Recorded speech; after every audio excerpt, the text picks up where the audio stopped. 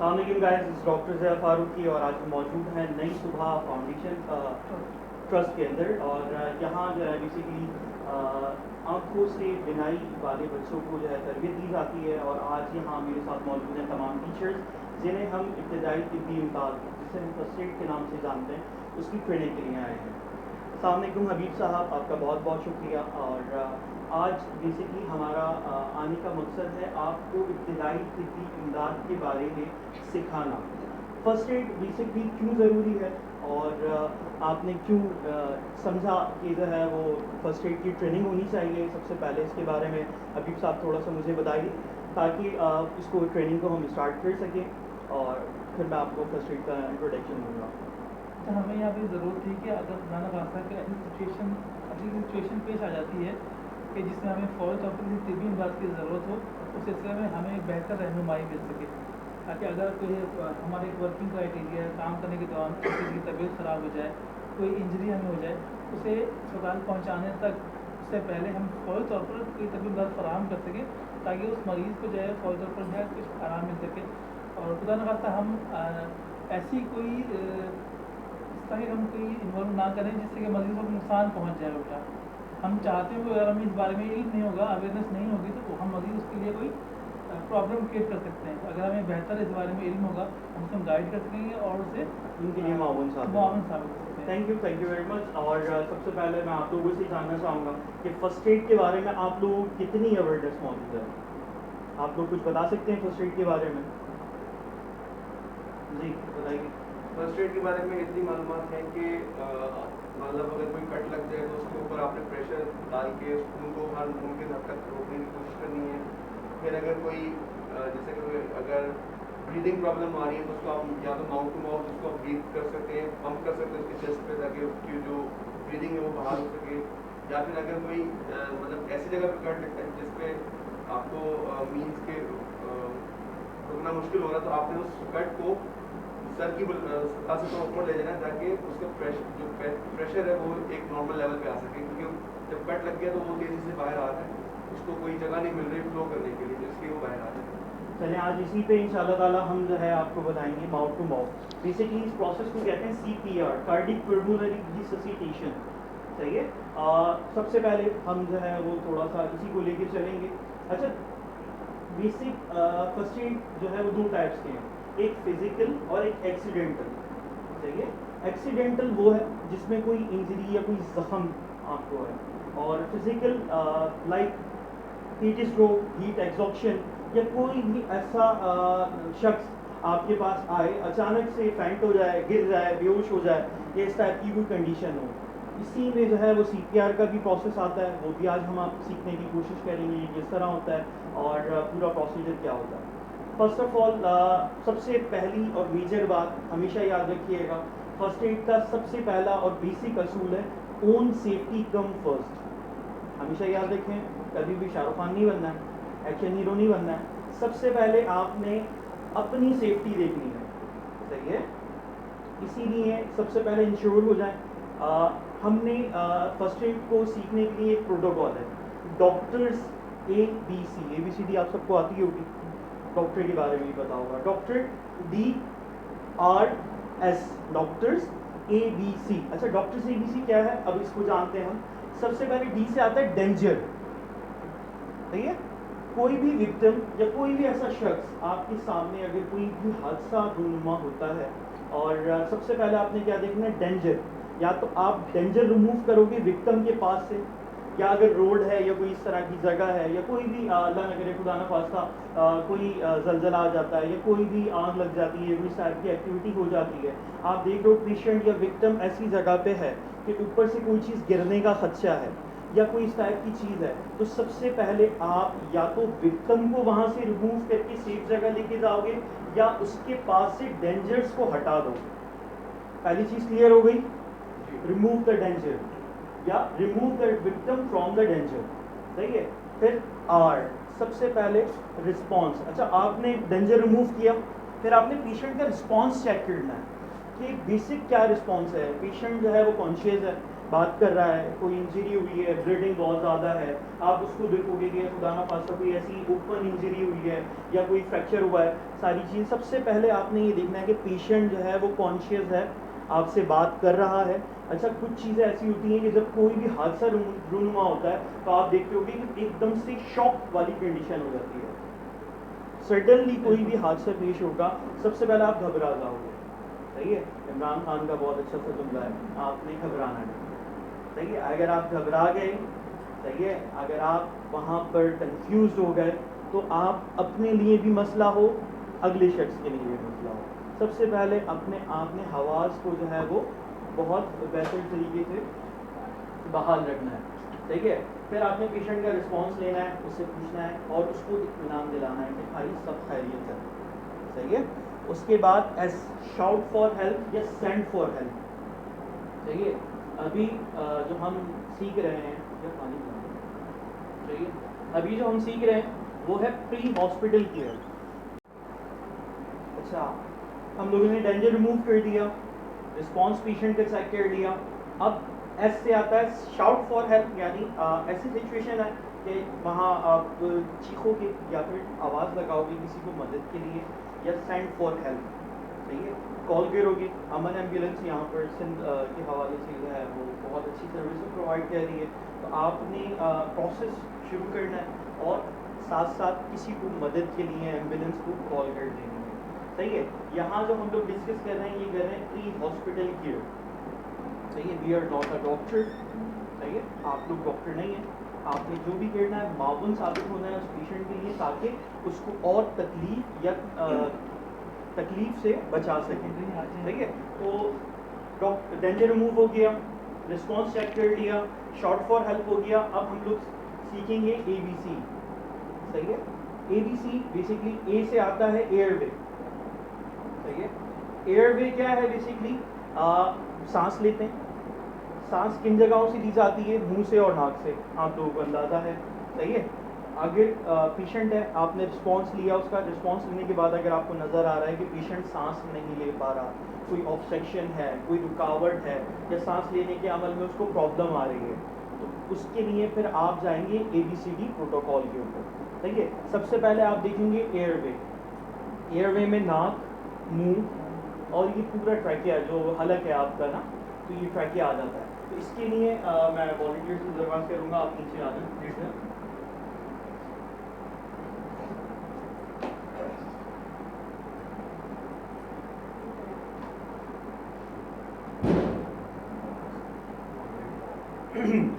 हाँ, पहले आपने देखना है कि डेंजर कोई करीब है, कोई ऐसी चीज़ जो उसको तकलीफ दे सकती है, उसको रिमूव कर देंगे, या विक्टिम जो हमारा मरीज़ है, जो हमारा क्या कहते हैं तकलीफ ज़दा शख्स है, उसको या तो शिफ्ट करके हम किसी सही जगह पे ले आएंगे जहाँ कोई ख़तरा ना हो। उसके बाद हमने रिस्पांस चेक किया। रिस्पांस चेक करने के लिए मैं आपको आसान तरीका बता रहा हूँ, जिसे हम कहते हैं लुक, लिसन एंड फील का कॉन्सेप्ट। लुक कहते हैं देखने को, लिसन कहते हैं सुनने को, और फील कहते हैं महसूस करने को। इसका आसान तरीका है, मैं आपको बैठ के दिखाता हूँ। ये इसका मुंह है, मुंह के पास आपने इस तरह रखना है। ऐसा बहुत सारी चीज़ें नॉर्मली आपने अपनी सेफ्टी, सबसे पहले हमने क्या सीखा, ओन सेफ्टी कम फर्स्ट। तो लुक, लिसन, फील के लिए आप अपने कान को इसके मुंह की तरफ ले जाएंगे। सही है, इसी तरह जब आप इस तरह लेके जाएंगे और नज़रों को सीने की तरफ रखेंगे। सही है, अब ये जो आपका पोजीशन है ये तीनों चीज़ों को कवर कर रही है, लुक, लिसन एंड फील। किस तरह कर रही है कि जब आप कान को इस तरह लेके गए तो आपकी निगाहें सीने की तरफ है। जब हम सांस लेते हैं तो हमारा चेस्ट जो है वो राइज होता है, फूलता है, फेफड़े फूलते हैं। सही है, और कान जब यहाँ पर है तो मुंह से अगर कोई ऑक्सीजन की सांस नाक से मुंह से निकल रही है तो आपको फील होगी आपके ईयर्स के पास। सही है, इसी तरह जब उसकी जो वॉइस है, सांस लेने का अमल है, कोई क्या कहते हैं कंजेक्शन या कोई भी इस तरह की ऑब्स्ट्रक्शन होगी, कंजेक्शन की वजह से अगर कोई चीज़ होगी तो वो आप सुन भी सकेंगे। लुक, लिसन, फील करने के बाद जब आप देख रहे हो कि वो सांस नहीं ले पा रहा, उसे आप सबसे पहले क्या करोगे, एयरवे को क्लियर करोगे। नॉर्मली हम लोगों का अलमिया क्या है कि आज के दौर में कराची में तकरीबन आपने देखा होगा गुटखा, मावा, ये टाइप की चीज़ें नॉर्मली यूज़ हो रही होती हैं। तो अक्सर और बेशतर कोई हादसा पेश आता है, क्या होता है, मुंह में कोई चीज़ है, ऑब्स्ट्रक्ट हो गया, चेस्ट कंजेक्शन था, स्पुटम क्रिएट हुआ था, वो ऑब्स्ट्रक्ट हो गया, या फिर हमारी जबान टंग रोल होके पास आना सा होता है जब हम अनकॉन्शियस हो जाते हैं या बेहोश हो जाते हैं, आपने अक्सर बीच पर देखा होगा जबान रोल होके पीछे की तरफ चली जाती है। इसके लिए बड़ा आसान प्रोटोकॉल है, आपने चिन लिफ्ट करनी है। चिन लिफ्ट करने के लिए बड़ा आसान है, अपने दोनों अंगूठों का आपने लिया इस तरह, उनकी थोड़ी के पास चिन के पास रखा और एक हाथ को इस तरह रख के आपने यहाँ से चिन लिफ्ट कर दिया। जब आप चिन लिफ्ट कर दोगे तो आपका जो एयरवे है वो बिल्कुल क्लियर हो जाएगा, ठीक है, स्ट्रेट हो जाएगा। अगर कोई टंग वगैरह का इशू है तो वो इस तरह। अच्छा, सेकंड थिंग, फिर आप इस अपने अंगूठे से इसका मुंह इस तरह जो है वो थोड़ा सा खोल के चेक करोगे। अगर आपको सामने कोई ऑब्स्ट्रक्शन नजर आ रही है तो कोई भी रुमाल, दुपट्टा, टिश्यू या कोई भी इस तरह की चीज अपनी दोनों फिंगर्स के ऊपर आप इस तरह उसको जो है लगा लो, रोल कर लोगे। क्यों? आपकी भी सेफ्टी है, पेशेंट की भी सेफ्टी। आपको नहीं पता आपके हाथ में कितने जर्म्स हैं, ठीक है, और पेशेंट के मुंह में कितने जर्म्स हैं, तो दोनों की सेफ्टी होगी। आपने इस तरह करना है और उसको चिन लिफ्ट किया, लाइटली जो है साइड पे मूव किया, मुंह के अंदर उंगलियां स्विप की। स्विप करने के बाद अगर सामने की तरफ आपको वो चीज़ नजर आ रही है, स्विप करके स्विप आउट करके आपने वो चीज़ निकाल दी। उसके बाद फिर आपने मुंह को सीधा किया, इस तरह थोड़ा सा मुंह खोला, लुक लिसन एंड फील वाला। फिर प्रोटोकॉल आपने यहाँ अप्लाई किया। अगर फिर भी यहाँ पर आपके ब्रीथिंग नहीं ले रहा है, सांस नहीं ले पा रहा है या कोई भी ऑब्स्ट्रक्शन है, ठीक है, एक एयरवे क्लियर हो गया। अगर नहीं हुआ तो आपने उसको स्विप करके स्विप आउट करके या किसी भी तरीके से उसको एयरवे क्लियर किया। अब सेकंड बी कहते हैं ब्रीथिंग। ब्रीथिंग कहते हैं सांस लेने के अमल। ठीक है, जब लुक लिसन आपने लुक लिसन एंड फील वाला कॉन्सेप्ट जहाँ अप्लाई किया तो आपने देखा कि ब्रीथिंग नहीं ले पा रहा है, सही है। फिर हम जाएंगे सर्कुलेशन की तरफ। सर्कुलेशन कहते हैं बेसिकली कार्डिक एक्टिविटी होती है, पूरी ब्लड की सर्कुलेशन होती है आपकी बॉडी में। जिंदा अफराद के अंदर सर्कुलेशन होती है, अल्लाह ना करे खुदा ना खास्ता अगर कोई मर जाता है तो सर्कुलेशन का अमल ख़त्म हो जाता है। लेकिन थ्रू द सीपीआर आप कुछ देर के लिए इसको अलाइव कर सकते हो, उसको मावुल साबित हो सकते हो, उसकी सर्कुलेशन को कंटिन्यू कर सकते हो। यहाँ जैसे आपने कहा था सर्कुलेशन का, तो उसका एक प्रोटोकॉल है, ठीक है। अब मैं आपको बताऊंगा कि आपने बेसिकली सीपीआर देना कैसे, कार्डिक पल्मोनरी रिससिटेशन, ठीक है। सीपीआर देना कैसे, आपने नीज डाउन, जैसे आप अतहियात में बैठते हो, नीज डाउन हो जाओ, कहीं पेशेंट की यहाँ थोड़ा सा स्पेस कम, आपने इस तरह बैठ जाना ताकि आपकी पोजीशन भी सही हो, आप थको भी ना। उसके बाद दोनों हाथों को इस तरह इंटरलॉक करना, सही है।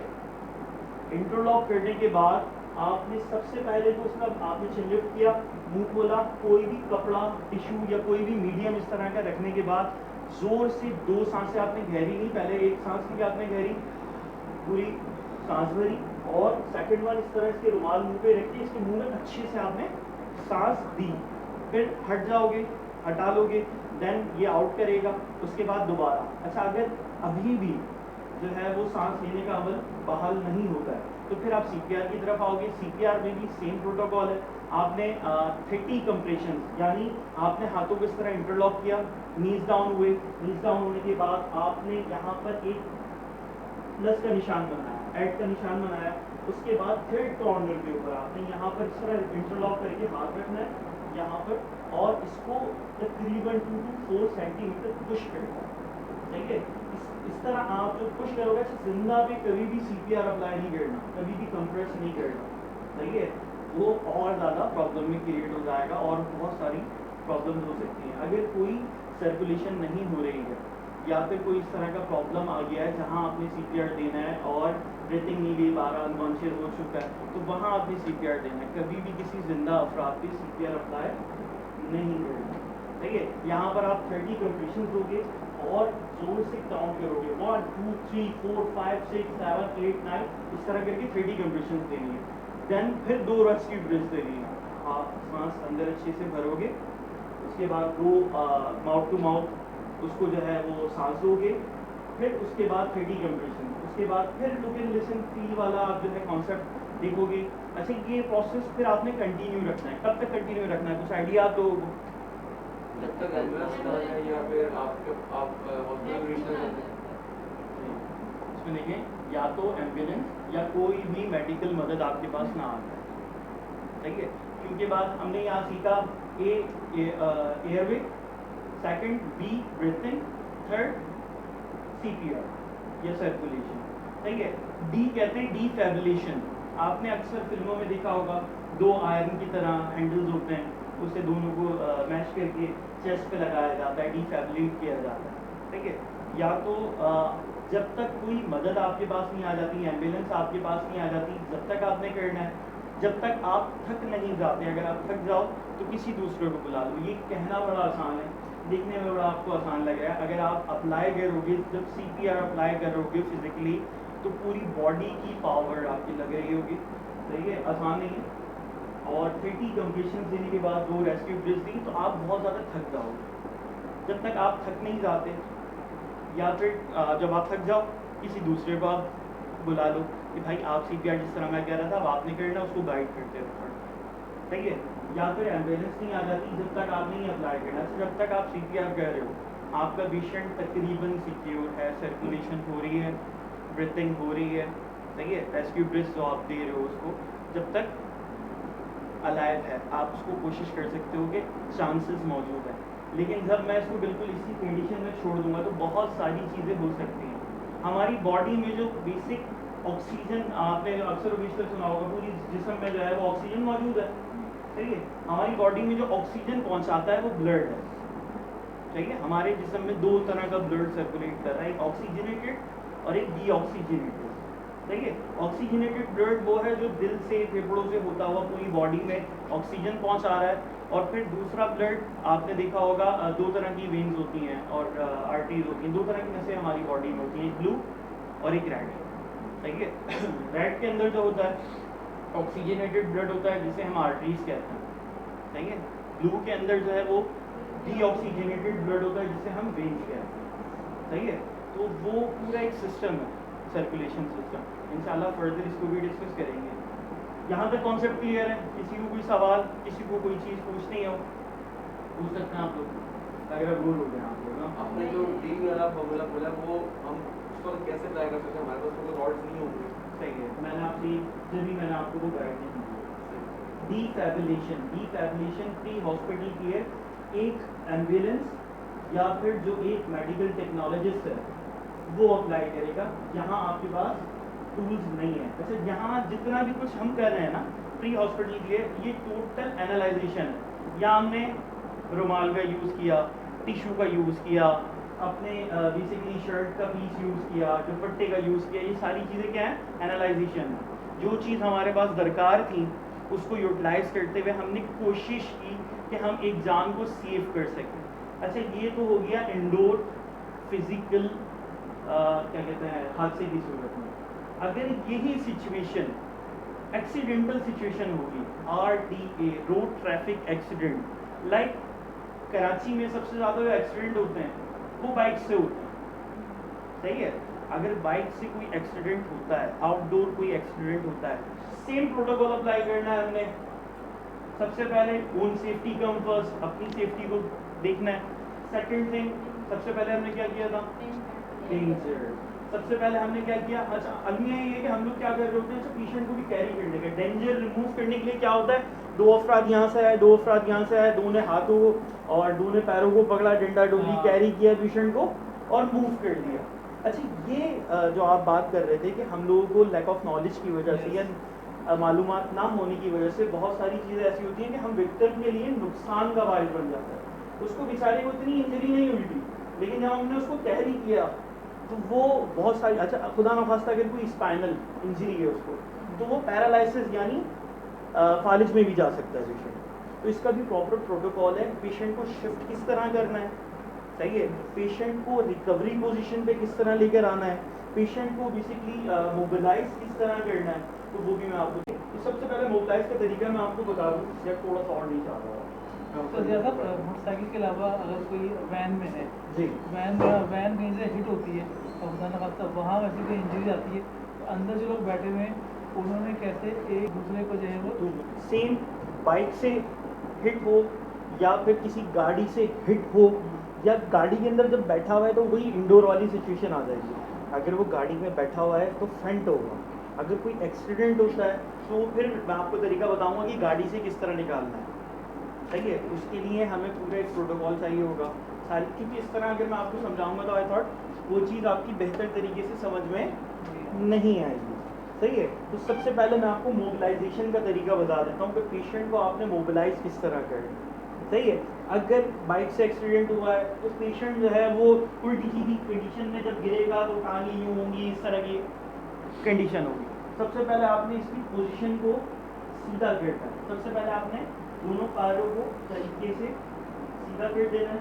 उसके बाद अगर सर टेढ़ा मेढ़ा है तो आपको एक पर्सन और चाहिए, क्योंकि आप अगर फर्स्ट एड ट्रेनर है या ट्रेंड है, सही है, तो आप और चीज़ों को करेंगे।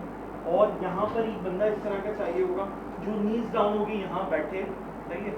और उसके बाद आपने ये दोनों हाथों से सी बनाना है। सी बनाने के बाद इसके हेड को इस तरह स्ट्रांगली होल्ड कर देना है, सही है। जब यहाँ पर आपने होल्ड कर लिया तो इसकी स्पाइनल जो है ना पूरी सीधा इसको लाइन कंडीशन पे सीधा लिटा के यहाँ से इसको सर को होल्ड कर देना। इससे बेनिफिट ये होगा, खुदा न खास्ता अगर कोई नेक इंजरी है, सही है, या कोई स्पाइनल इंजरी है, जब आपने इसको मोबिलाइज कर दिया, जब आप CPR दे रहे हो, कोई भी एक्टिविटी परफॉर्म कर रहे हो, चिन लिफ्ट कर रहे हो, तो ये पोजीशन क्या है, ये सीधी रहेगी। स्पाइनल जो है वो बड़ी नाजुक सी चीज़ होती है, हमारी नींद की हड्डी कितना ज़्यादा होती है। अक्सर विक्सर ऑपरेशंस के अंदर आपने देखा होगा उसमें इंजेक्शन लगाया जाता है तो पूरी बॉडी सुन हो जाती है, उसके बाद पूरा ऑपरेशन परफॉर्म किया जाता है। खुदा न खास्ता अगर उस पर कोई इंजरी आ जाए, उस पर कोई जख्म हो जाए या कोई भी चोट लग जाए, उससे हमारी पूरी बॉडी जो है वो काम करना छोड़ सकती है। अक्सर विक्सर आपने सुना होगा, एक्सीडेंट हुआ था, नींद की हड्डी में चोट लगी है, उसके बाद से नीचे का जड़ काम करना छोड़ दिया। तो इसलिए सबसे पहले हम क्या कर रहे हैं, स्पाइनल को क्योर कर, इंश्योर कर, ठीक है। तो इसके लिए आपने यहाँ क्या करना है, दोनों हाथों को इस तरह लेना है सी वाली सिचुएशन पे और टाइटली होल्ड कर लेना है। नीज डाउन होके बैठना है, थोड़ी सी लोकेशन ऐसी मैं इसलिए आपको इस तरह बता रहा हूँ। नीज डाउन होके बैठना है, उसके बाद आपने अपने दोनों हाथों को अपनी नीज के ऊपर रखना है और उसके सर को टाइट से पकड़ लेना है, ताकि ये पोजीशन भी आपके हाथ भी ना थके, सही है, आप भी इजीली बैठ सको।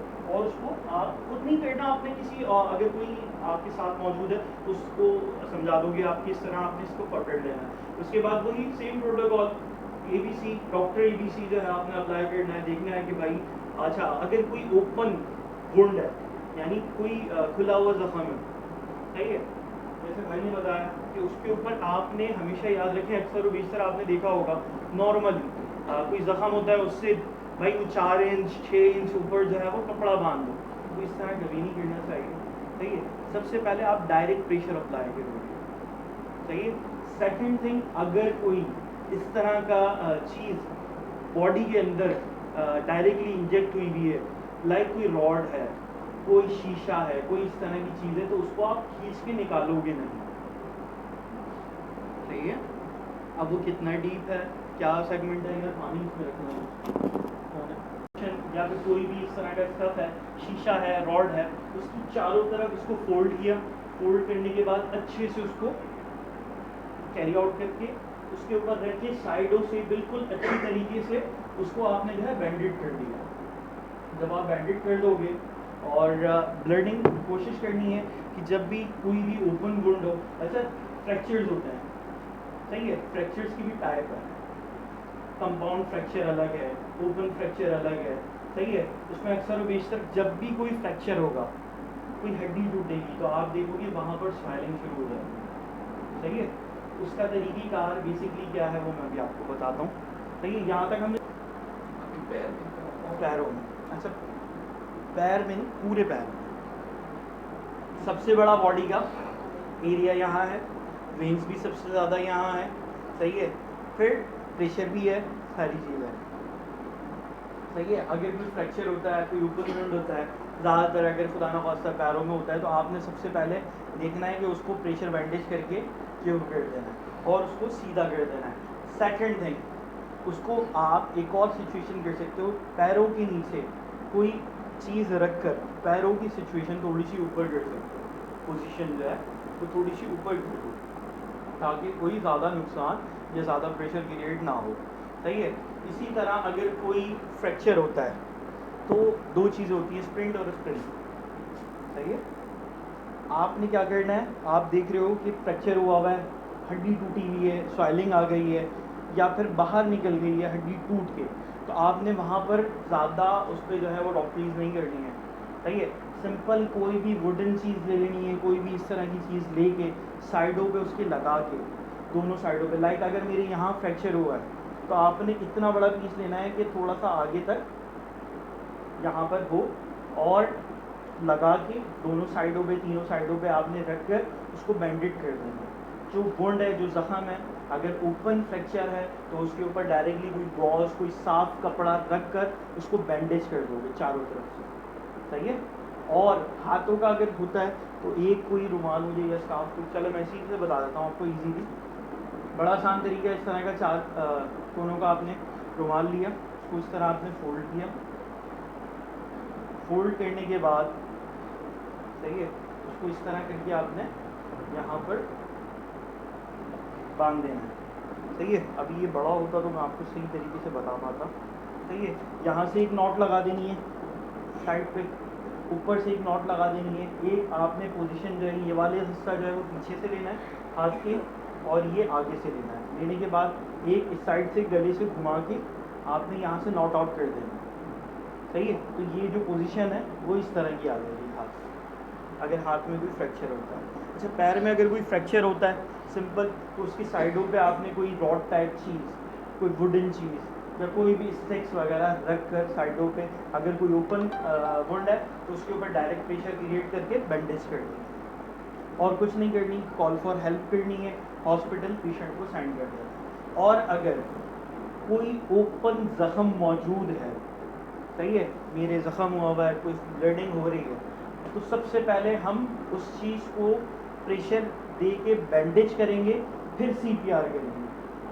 हमेशा याद रखें, मोस्ट इम्पॉर्टेंट चीज़, अगर कोई ज़ख़म है, कहीं से ब्लीडिंग हो रही है, उस वक्त सबसे पहले हमने उस ज़ख़म को प्रेशर बैंडेज करनी है, सारी चीज़ें करनी है, उसके बाद CPR अप्लाई करना है, सही है। ऐसा ना हो कि कोई ब्लीडिंग हो रही है, ओपन वुंड मौजूद है और आपने CPR का प्रोसेस स्टार्ट कर दिया। अगर ऐसा करेंगे क्या होगा, ब्लड पूरा निकल जाएगा बॉडी से। जब आप CPR क्रिएट कर रहे होगे, कार्डिक अपना कंप्रेशन दे रहे होगे, प्रेशर दे रहे होगे, हार्ट जब प्रेशर क्रिएट करेगा, जो हिस्सा खुला होगा उससे ब्लड बाहर निकल आएगा।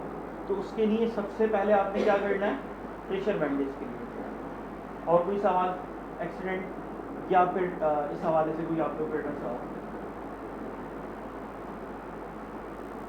लग रहा था कैसा समझ में आया? कुछ नहीं समझ में आया तो आप लोग पूछ सकते हो। आज क्या क्या सीखा? अच्छा हमने बताइए। DRS ABCD। DRS ABCD, उड़ जाओ, मजा आ गया तुम्हारे। Thank you very much. इनके लिए क्लैपिंग होनी चाहिए।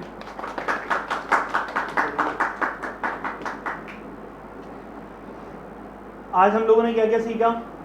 Doctors ABC। अब आप लोग मुझे बताएं डॉक्टर्स ABC है क्या? ओके, रिस्पॉन्स चेक करना, S फॉर शाउट करना, शॉट फॉर हेल्प या send to hospital, A for airway, B for breathing, C for CPR या सर्कुलेशन, D फॉर डिफैब्रिलेशन। सही है, डिफैब्रिलेशन हम लोगों का चैप्टर में नहीं है, सही है। उसके अलावा RTA के बारे में क्या कुछ आइडिया है? RTA से कहते हैं रोड ट्रैफिक एक्सीडेंट, सही है। रोड ट्रैफिक एक्सीडेंट होता है, सबसे पहले हमने क्या करना है, यहाँ पर डेंजर रिमूव करना है। उसके बाद रिस्पॉन्स चेक करना है, लिसन, रिस्पॉन्स चेक करना है या रिकवरी पोजीशन पे लेकर आना, सही है। रिकवरी पोजीशन भी समझ लिया आप लोगों ने, रिस्पॉन्स भी पता चल गया, शॉट फॉर हेल्प भी पता चल गया, या सेंड फॉर हेल्प भी पता चल गया, सही है। देन अगर कोई अनकॉन्शियस पेशेंट है या ब्रीथिंग नहीं हो रही है तो हमने ABCD प्रोटोकॉल पूरा अप्लाई करना है। A फॉर एयरवे क्लियर करनी है, B फॉर ब्रीथिंग चेक करनी है, अगर ब्रीथिंग नहीं होती तो हमने C फॉर सर्कुलेशन के ऊपर जाना है, यानी CPR के ऊपर जाना है। That's all. ब्रीथिंग हो रही हो, रिस्पॉन्स आपने दिया, फिर उसको इंश्योर करोगे, पेशेंट को थोड़ा सा आपने हौसला देना है, सारी चीज़ें, बाकी रिकवरी पोजीशन पे ही रखना है। अगर कोई ओपन वुंड है या कोई इस टाइप की चीज़ है तो उसको आप बेंड इट आउट करोगे, सारी चीज़ें करोगे, फिर इतना कोई मसला नहीं। कभी-कभार ब्रीथिंग हो रही होती है लेकिन पेशेंट रिस्पॉन्स नहीं करता, लाइक बेहोश हो जाता है। पेंट हो जाता है हाँ, तो उसमें क्या करेंगे? पेशेंट, अगर आपके पास अनकॉन्शियस नहीं है तो CPR आप अप्लाई नहीं करोगे, सही है। उसके लिए सबसे आसान तरीका है, पेशेंट ब्रीथिंग कर रहा है और नॉर्मल कंडीशन है तो आप उसकी लेग्स को जो है थोड़ा सा ऊपर कर दोगे, ऊपर ईयर में ले आओगे ताकि उसको ऑक्सीजन फ्रेश और मिल सके, सारी चीज़ें, और उसको हॉस्पिटल सेंड कर दो, सही है। उस वक्त आपने उसको ज़्यादा टच नहीं करना। नॉर्मली क्या होता है, कोई पेशेंट है, कोई विक्टिम है, सही है, अब वो बेचारा अगर अनकॉन्शियस हो गया है या फिर अनकॉन्शियस नहीं भी है, ब्रीथिंग आ रही है, सारी चीज़ें, थोड़ी देर के लिए, अच्छा मैंने सबसे पहले आपको क्या बताया था कि जब भी कोई हादसा होता है क्या होता है, शॉक, यानी हादसे की सूरत में हम लोग बहुत ज़्यादा परेशान हो जाते हैं, समझ में नहीं आ रहा होता। तो उस सिचुएशन के अंदर अगर आप ज़्यादा पिंच करोगे, लाइक अगर इनको कोई इशू है तो हम लोगों के नॉर्मली क्या होता है, क्यों नहीं बोल रहे, क्या नहीं हो रहा, मतलब एक घबराहट वाली सिचुएशन, आपने पैनिक क्रिएट नहीं करना, ठीक है। आपने रिलैक्स खुद को भी रखना है और पेशेंट को भी हौसला देना है, ठीक है, उसको रिकवर करना है उस शॉक वाली कंडीशन से, ठीक है। मतलब कुछ नहीं है, नॉर्मल है सारी चीज़ें, इसमें आपकी काउंसलिंग बहुत बेस पर है। क्या पूछ रहे थे? मेरा सवाल ये था कि मैंने एक सिचुएशन देखी थी कि एम्बुलेंस में जा रहे होते हैं और मुसलसल बोल रहे थे कि उसको मुसलसल बोल, मतलब उससे बुलवाते रहो, उसको बेहोश मत होने देना। तो वो कौन सी कंडीशन होती है कि पेशेंट को हम लोगों ने मुसलसल इंटरेक्ट करते रहना ताकि वो कॉन्शियस रहे, अनकॉन्शियस ना हो जाए, वो कौन सी कंडीशन होती है? सही है, बहुत अच्छा सवाल आपने किया। यहाँ पर वही सेम सिचुएशन है, अगर कोई हेड इंजरी हुई है, सही है, अगर कोई हेड इंजरी हुई है तो उस वक्त पेशेंट, बहुत सारी सिचुएशंस ऐसी होती हैं कि पेशेंट अगर अनकॉन्शियस की तरफ जा रहा है, सही है, हमने यहाँ डील किया या हमने यहाँ सीखा कि अगर पेशेंट अनकॉन्शियस हो जाए तो हमने CPR अप्लाई कर, सही है। आप बात करें अनकॉन्शियस होने से पहले की, सही है, तो उससे आप काउंसलिंग करते रहें और उसको आप इस तरह की चीज़ें, बहुत सारे ऐसे सवाल होते हैं कि पेशेंट को चेक करने के लिए, शॉक वाली सिचुएशन है, पेशेंट से बात कर रहे हो, उससे आप ऐसे सवाल करोगे लाइक ये साल कौन सा चल रहा है, आपका नाम क्या है। नॉर्मली आपने देखा होगा जब भी कोई इस तरह की सिचुएशन होती है, EMTs हो, प्री हॉस्पिटल केयर वार्डन्स हो या पैरामेडिक्स हो या डॉक्टर्स हो, वो कुछ सवाल इस तरह की कर रहे होते हैं। या आप हॉस्पिटल जब लेके जाते हो तो डॉक्टर्स क्या सवाल करता है, सबसे पहले आपका नाम क्या है, आपकी फैमिली में कौन है, कहाँ रहते हो, इस टाइप की चीज़ों से मेंटल हेल्थ का आइडिया लगाया जाता है, ठीक है। अगर कोई हेड इंजरी या कोई इस टाइप की एक्टिविटी हुई है तो उसको हॉस्पिटल ले जाने तक, हॉस्पिटल ले गए, आपकी ड्यूटी ख़त्म, डॉक्टर उसको एंटरटेन करेगा, आपने नहीं करना। लेकिन जब तक आप हॉस्पिटल लेके जा रहे हो, आपकी कोशिश क्या होगी कि आप पेशेंट को जितना मोटिवेट कर सको, जितना रिलैक्स फील करवा सको आप करवाओ, ताकि पेशेंट जो है वो अनकॉन्शियसनेस की तरफ ना जाए। That's all. और भी सवाल? अगर खुदा न खास्ता किसी शख्स को हम देखते हैं कि ऐसी कैफियत में कि हमें लगता है किसी कोई हार्ट स्ट्रोक हुआ है, तो किसी हार्ट अटैक की तरफ ये जा रहा है, तो उसको फौरी तौर पर उनसे क्या अंतिम फराहम करें? देखिए, दो चीज़ें। अच्छा, आप लोगों ने सबसे मेजर सवाल दी थी, मेरी एक्सपेक्टेशंस थी, यू आर द टीचर्स, तो ये सवाल मेरे साथ होगा। नॉर्मली हमने यहाँ पर सीखा कि अगर कोई दूसरा विक्टिम है, सही है, और इस तरह की एक्टिविटीज़ में वो, उसके साथ हमने क्या परफॉर्म करना, खुदा ना खास्ता अल्लाह ने करे हार्ट अटैक वाली सिचुएशन मेरे अपने साथ होने लगी, I am a health provider, सही है, तो मुझे ये तो अवेयर होना चाहिए, खुदा ना खास्ता अगर मुझे कोई स्ट्रोक आ रहा है, चाहे वो हार्ट का हो, सही है, तो उस वक्त मैंने क्या करना है। अच्छा, आपके सवाल का जवाब बेसिकली वही सेम, अगर कोई हार्ट अटैक वाली सिचुएशन हो रही है, हार्ट अटैक में क्या होता है, हार्ट बीट आपकी ख़त्म, पल्स ख़त्म होने लगती है, सही है। अच्छा, पल्स चेक करने का तरीका भी मैं आपको बता देता हूँ, सबसे आसान है, आपने 2 फिंगर्स लेनी है, सही है, इस जगह पे रखनी है और उसको अपनी गर्दनों पे रखें इस तरह, और उसको थोड़ा सा पुश करें, आपको आराम से, यहाँ पर एक वेन होती है जो आपको आसानी से पूरे दिल की धड़कन सबसे लास्ट में आपको यहाँ महसूस होगी, बाकायदा बीटिंग पता चलेगी कि यहाँ पर चल रहा है। अगर कोई हार्ट अटैक वाली सिचुएशन होती है वही प्रोटोकॉल है CPR वाला, सही है। अगर वो अनकॉन्शियस हो जाता है तो आपने CPR अप्लाई करना है, अगर वो अनकॉन्शियस नहीं होता तो टांगों को ऊपर कर देना। अगर मेरे अपने साथ कोई इस तरह की सिचुएशन हो रही है और मुझे लग रहा है कि मैं फेंट हो रहा हूँ, मेरा हार्ट बीट कम हो रही है, ऑक्सीजन लेने में मुझे कोई प्रॉब्लम हो रही है, सबसे आसान तरीका है आपने इस पोजीशन पे कोई भी कुर्सी या कोई भी इस तरह की चीज़ पकड़ लेनी है। सबसे पहले सहारा ले लेना है, कोशिश करना है कि अंदर से खांसना शुरू करें, सही है। डीप कफ लें वो वाली सिचुएशन जो होती है आपने डीप कफिंग करनी है, सही है। उससे क्या होगा, जब हम कफ कर रहे होते हैं, खांस रहे होते हैं, तो लंग्स भी एक प्रेशर क्रिएट होता है, हार्ट पे भी एक प्रेशर क्रिएट होता है, सही है। तो सबसे और सेकंड थिंग, जब हम खांसेंगे तो हमारे ब्रीथिंग का अमल भी, प्रेशर भी क्रिएट किया, ब्रीथिंग के अमल को भी हमने फास्ट कर दिया, सही है। खांस की अगर आप लोग देखो तो ब्रीथिंग अंदर से आ रही होती है डीप कफ में, तो आपने क्या किया, प्रेशर भी क्रिएट कर दिया और बढ़ जाती है। एक और क्वेश्चन है, मैंने सुना है, पता नहीं है, जैसे हार्ट अटैक फील होने लगता है तो डिस्प्रीन खाने से कुछ फर्क पड़ता है?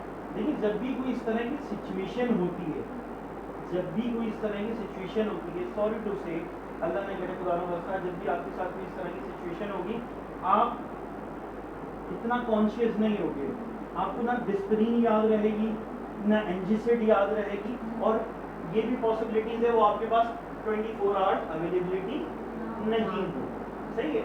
मेरी जो गाइडलाइंस या जो भी मेरी ट्रेनिंग होती है, मेरी ज़्यादा कोशिशें यही होती हैं कि वो चीज़ें आपको सिखा सकूं या वो चीज़ें आपको बता सकूं जो आप कर सकते हो इजीली, ठीक है। बाकी मेडिसिन की तरफ तो बहुत सारी ऐसी, एंजीसेट सबसे बेस्ट है, ठीक है, इंजाइना पेन के लिए, सारी चीज़ों के लिए। नॉर्मली यहाँ तो वो प्रोटोकॉल नहीं है, वरना नॉर्मली वो पूरी फर्स्ट एड किट के अंदर मौजूद होती है एंजीसेट टैबलेट, सही है, जिसका काम होता है एंजाइना पेन को रोक देना। उस सूरत में डिस्प्रीन टैबलेट 300 mg होती है, वो आधी गोली या एक गोली आप तोड़ के ज़बान के नीचे या मुंह में रख सकते हो। इसका काम होता है खून को पतला करना और सर्कुलेशन को नॉर्मल करना। अगर आपके पास अवेलेबल है तो वो भी आप ले सकते हो। लेकिन जब भी कोई इस तरह की सिचुएशंस होती है तो ऑब्स्ट्रक्शंस पैदा होने लगती हैं, घुटने लगता है। नहीं, कभी-कभार सामने वाले के साथ भी सिचुएशन हो सकती है। हाँ, अगर आपके पास कोई और है। अगर अवेलेबल है तो आप डिस्प्रीन टैबलेट ले सकते हो, सही है। और कोई सवाल? इसका जो है मौसम हमारा जो है वो गर्मी चल रहा है, तो इसमें कराची में अक्सर वैसा हीट वेव जो है वो आ जाती है। हमें कैसे पता लगे कि हम इस वक्त जो है वो हीट वेव का हम जो है वो विक्टिम हो गए, और हम अपनी खुद केयर भी करें, या हम किसी को देखें तो हमें अंदाजा हो कि इसे हीट वेव जो है वो कार्डियक स्ट्रोक हो गया है। इसमें देखिए दो चीज़ें हैं, एक है हीट स्ट्रोक और एक है हीट एक्सॉक्शन, सही है। पहले तो हमने ये समझना है हीट स्ट्रोक क्या है और हीट एक्सॉक्शन क्या है। स्ट्रोक का अगर मैं वर्ड यूज़ करता हूँ, दैट मीन्स सडन कोई चीज़ स्ट्रोक हो जाना, सही है। एक्सॉक्शन जो है एग्जॉस्ट से निकलता है। एग्जॉस्ट यानी हमने वो चीज़ को, गर्मी में वर्किंग मजदूर तबका जो होता है गर्मी में वर्किंग कर रहा है, सही है, पसीना भी, स्वेटिंग भी हो रही है, सही है, पानी का। अच्छा, सबसे पहली चीज़ गर्मी में आपकी जो प्रिकॉशंस है वो बता दूँ। सबसे पहले गर्मी अगर है तो आपने पानी का इस्तेमाल सबसे ज़्यादा करना है, साइट्रिक फ्रूट्स लाइक लेमन, सही है। और जब हमें स्वेटिंग होती है तो हमारे इलेक्ट्रोलाइट्स, नमकियात बॉडी के अंदर से निकल रहे होते हैं। उसका नॉर्मल तरीका ये है कि आपने इलेक्ट्रोलाइट्स, लस्सी, नमकीन लस्सी, नींबू पानी, ORS का इस्तेमाल अक्सर, और इस तरह आपने अगर हीट स्ट्रोक के कैंप्स देखे होंगे या कोई भी इस तरह की कैंप्स देखे होंगे, वहाँ पर बहुत सारी चीज़ होती है। ठंडा पानी मौजूद होता है, नींबू का शरबत मौजूद होता है, या फिर ORS का शरबत या ग्लूकोज का शरबत मौजूद होता है, सही है। तो बेस्ट चीज़ ये है नींबू, ग्लूकोज, नमक, ORS, इसका इस्तेमाल ज़्यादा से ज़्यादा करें। अगर कोई इस तरह की आपको सिचुएशन आती है तो सबसे पहले आप धूप से बच के किसी सेफ और साफ जगह पे, हवादार जगह पे बैठ जाएं या लेट जाएं, सही है। टांगों को थोड़ा सा ऊपर कर दें। टांगों को ऊपर करने का मैं बार बार क्यों जिक्र कर रहा हूँ, कुछ आइडिया? अभी हमने यहाँ डिस्कस किया कि सबसे ज़्यादा जो ब्लड होता है हमारी लेग्स के अंदर होता है, सही है। तो जब हम लोग टांगों को थोड़ा सा ऊपर कर देते हैं और हार्ट से थोड़ा सा ऊपर हो जाता है, तो वो सिचुएशन क्या होती है कि आपके हार्ट को खून प्रॉपर पहुंच रहा होता है। जब भी कोई एग्जॉर्प्शन या हीट स्ट्रोक वाली सिचुएशन होती है, दिल को खून जो है वो मिलना कम हो जाता है, स्वेटिंग यानी पसीना ज़्यादा आता है, जिसकी वजह से बॉडी की नमकियात या इलेक्ट्रोलाइट्स कम हो जाते हैं, एनर्जी लेवल हमारा गिर जाता है। सही है, उसके लिए आप फिर बॉडी के टेम्परेचर को देखोगे, अगर बॉडी का टेम्परेचर ज़्यादा है तो सबसे आसान तरीका, अगर आप इजीली वज़ू करो ज़्यादा से ज़्यादा, बड़ी अच्छी नेमत है ये। अगर फीवर है वज़ू करो, 1010% मेरा अपना यकीन भी है और प्रैक्टिकल भी है, बड़ा अच्छा इस पर जो है वो रिसर्च भी है कि अगर किसी को फीवर है, हाई ग्रेड फीवर है, आप उसको हर 5 मिनट बाद वज़ू अप्लाई करवाओ, क्योंकि जब वज़ू हम लोग कर रहे होते हैं, कुल्ली भी करते हैं, नाक में भी पानी चढ़ाते हैं, दोनों चीज़ों में जो हमारे क्या कहते हैं बाहर के जो बेड पार्टिकल्स, डस्ट पार्टिकल्स, धूल धुआं मट्टी से जो चीज़ें वो भी एक्सेल निकल रही होती है, और सेकंड वन पूरी फेस को हाइड्रेट कर रहा होता है। नॉर्मली हम लोगों के साथ ज़्यादा इश्यूज़ क्या रहता है, गर्मा के हवाले से भी, स्किन आपने देखा होगा रूखी हो जाना, इस टाइप की एक्टिविटीज़ हो जाना, पैचेस पड़ जाना, तो वज़ू सबसे बेस्ट है। वज़ू के अंदर आप कुल्ली भी कर रहे हो, नाक में भी पानी चढ़ा रहे हो, फेस को भी वॉश कर रहे हो, सर को भी ठंडा कर रहे हो, इवन जो बुद्धि है, सही है, जिसे आपने नॉर्मल वर्ड्स के अंदर अगर मैं बताऊँ हराम नजर होता है, उसको भी आप यहाँ से ठंडा कर रहे होते हो, हाथ धो रहे होते हो कोनियों तक। तो ये वो पूरा प्रोसेस है कि आप अपनी बॉडी को हाइड्रेट भी कर रहे हो और नॉर्मल टेम्परेचर भी बिल्कुल आ रहा है। और भी सवाल? आपके सवाल का जवाब मिल गया? और भी सवाल करना चाहे? क्लैपिंग हो जाए आप लोगों के लिए। Thank you very much, thank you very much. देखते रहें healthy Pakistan live streaming, doctor Zia Farooqui. अल्लाह हाफ़िज़।